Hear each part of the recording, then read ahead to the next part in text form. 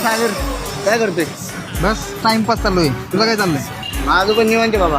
बर ऐक ना, हा माझं एक काम होतं तुझ्याकडे. बोल ना. 500 रुपये पाहिजे होते, दे ना. 500? अरे 50,000 पगार आहे तुला. घरची कंडिशन चांगली आहे तुझ्या. कसलं व्यसन नाही ना, दारू ना काही मटका लावतो का? ते खर्च करतं कुठं तू? माझे 3,000 झाले तुझ्याकडे. चल तुला दाखवतो. वा वा वा वा वा, कुठं आणलंस रे? किती छान आहे. खरी मजा तर इथं आहे. हाच तर नाद. तू म्हणला होता ना एवढा खर्च कुठे करतो, ह्याच्यावरच मी माझा सगळा खर्च करतो.